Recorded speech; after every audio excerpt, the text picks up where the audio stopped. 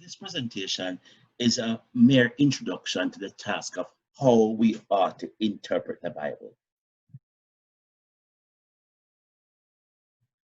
We are already seeing that the Bible is a collection of literary pieces, narrative, poetry, prose discourse, each making use of various literary devices and rules and guidelines of its own. One of the challenges to understand the message of these literary devices, as we have already seen, is that those who teach it very often approach the Bible without consideration for these literary genres or these literary types. One preacher, for instance, sought to justify his sexual relation with his daughter by pointing to Genesis 19:38, which speaks of Lot and his daughters having sexual relations. This is what the preacher said. After all, Lot, as a man of God, did it. He had no understanding of the role of the character traits of the individuals in biblical narratives, and so he misunderstood and misapplied the text. Or take the other Bible teacher, for instance, who was preaching from the parable of the Good Samaritan. And he wanted to emphasize the paradox of the first line of the parable. So he said, a certain man went down from Jerusalem to Jericho. He then continued, I think the parable is showing us the danger of overconfidence. This man was so certain that he did not take caution to prepare for thieves. Overconfidence is going to kill some of us. That's what he said. Now, apart from misunderstanding the use of the word certain in the passage, he had no understanding that the story parables of Jesus usually teach one truth, and that one truth is seen in the moral of the story. So the first thing we say when we come to read the Bible is that we must understand the literary genre that we are reading. Each genre has its own rules and guidelines that we must give our best attention to. So we must learn what the different genres are, as we have said, and we have to learn those rules and guidelines, or else we are going to find it difficult to understand. We will be doing much of this later on in this course, and I want to guarantee you that much of it is going to be fun, even though it will be tedious at times. But there is another important point that we must never forget as we read. It has to do with an idea that scholars call understanding the horizons or contexts as we read the ancient literature. What are those horizons? There are three of them that we must keep in mind, since they will all impact on how we understand.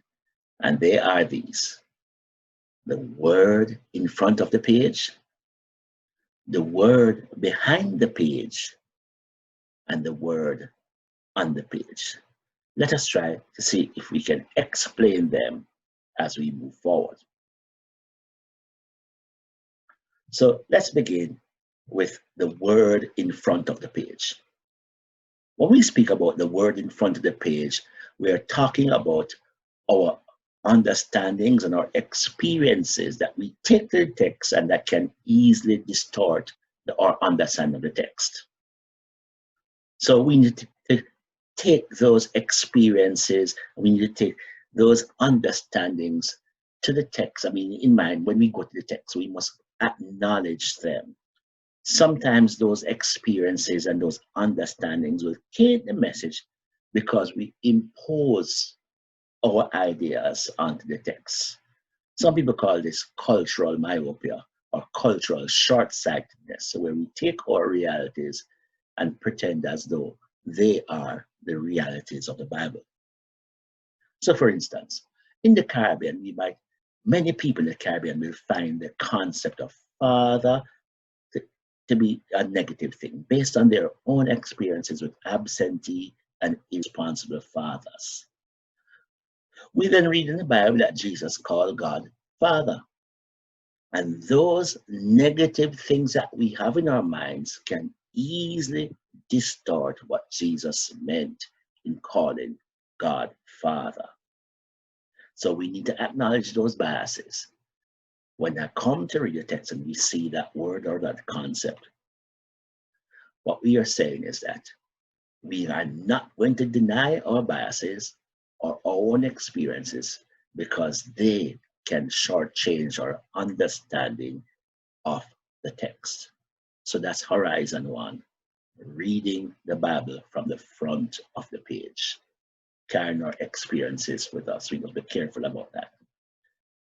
But secondly, we have to read the word behind the page. What is that? We're talking about the historical, cultural, physical backgrounds, the things that are true of the time when the Bible writers wrote. The truth is that in the same way that our communication today is influenced by our realities, so was the communication of the Bible writers. One Bible writer, for instance, when you look at anyone, his historical circumstances influence what he wrote, as did his culture, his politics, his social mores, everything. In reading his communication, we must try to understand as much of those as possible. Sometimes you will find that his circumstances are very much like our own realities, but other times it's very different. In Malachi's day, for instance, many who call themselves God's people were using divorce to rid themselves of wives they had grown tired of so that they could get more fashionable foreign brides.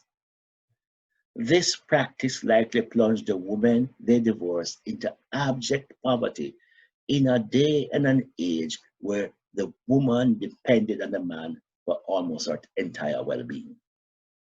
Divorce was almost a death sentence on the woman, who would now find it near impossible for a man to take her as his own, since she was now used goods.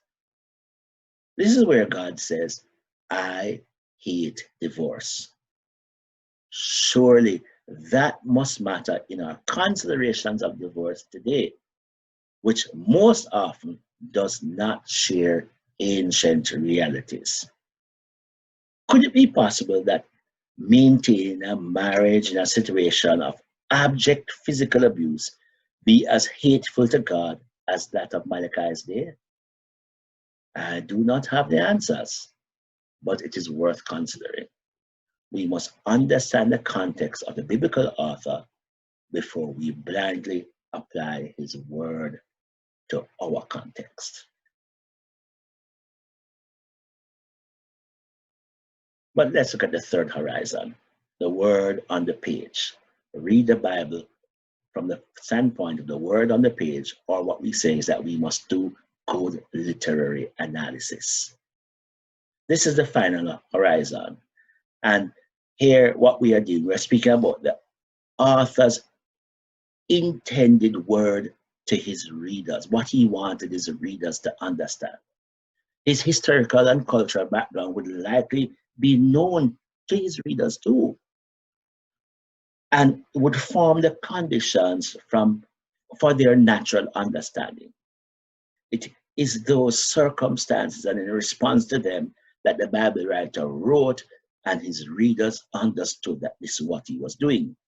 He had a message he intended them to hear and to heed, and he used words in a way that they would understand. If this is not so, it just wouldn't make any sense. It is our task to seek to understand the words he used, and so we must be careful to attempt to understand his choice of words, the imagery he employs, and anything else that he utilizes to make his message clear to his audience. We call this understanding authorial intent, and it is our task to uncover it before we can say that this is what a text means. We look at words in the context of sentences and sentences in the context of paragraphs, which work with other paragraphs to convey big ideas, which are structured in line with the literary genre in which the writer wrote. The genre itself carries its own rules, as we have already said, but we do all this to understand what the author means. And guess what? We still do it today in our own communication. And most times we are not even conscious that we are doing it. So let's come to another important aspect of our reading the Bible. If I am saying that there are three horizons that we must consider, the question is, how do we bring these horizons together to make sense as we read? We call this merging the horizons. You see, there's a popular idea today that we cannot know what an ancient author meant, so we need to get meaning from somewhere else. Many say that a text means what it means to the reader. But we find this unsatisfying, since we do not even want to countenance such an idea that the things that we say are right to others can be understood any way the reader intends for it to be understood. So what we need to do, we need to spend some time, to discover what the author means, and we can do this by merging the three horizons, bringing them together in a way that will help our understanding. So how do we do that? First of all, when we encounter a word or an idea in a text, and it may have an impact on us because of our experiences, we have to deliberately set aside our ideals, or those ideas that we have, until we are sure that such is what our text wants us to understand, or until we realize that that is not what the text wants us to understand. Sometimes as we read passages, some ideas that we read, they set off kind of preconditioned notions in our minds. So read, for instance, Ruth chapter 3, verses 6 to 7. And when you read it, say what idea came to mind as you read. When that idea is identified, we are going to deliberately lay it aside. In that passage, you will see that Ruth went to Boaz's bed at night while he was asleep, and she went beside him. And when he got awoke and saw her, she said, "Please cover me with your blanket," or "Please cover me under your wings." What comes to your mind when a woman approaches a man in that way? We have to set that aside for the time being when we come to think about it. But secondly, we then go to the source to try to understand, so any source, a good source, a Bible dictionary or a Bible backgrounds book. We go and we try to understand the culture of the writer, especially what he's describing in that text. Does it describe a practice with which we are familiar? Is it different? What was the purpose? Understanding Ruth's actions towards Boaz and the meaning of her request that he covered her with the edge of his blanket, "Take me under your wings," is crucial here. Okay? When we look at that, we come to realize that this is not a request for sex, as we might think. It has more to do with Ruth's beckoning to Boaz for him to do his family duty of getting married to her. He was her nearest kinsman redeemer, and he should follow the customs of the day and marry her that he could carry on his relatives' bloodline. How does the wider story support this? That's the next question we ask. And we read through the book, the book of Ruth to see if indeed the story supports it.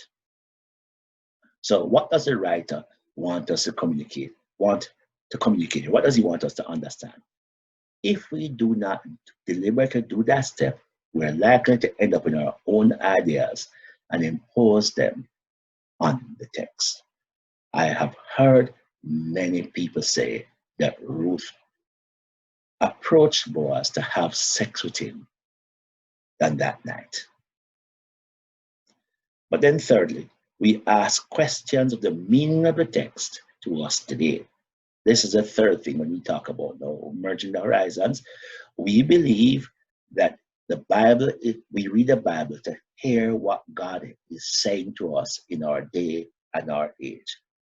What does God desire of me in the here and now? This is a return to the world or the word in front of the page, and it is a realization that we study the Bible that we become more like God.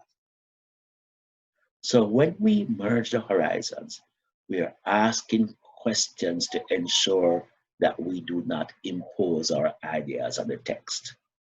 We try our best to get to the intent of the author that we can then see what God is saying to us.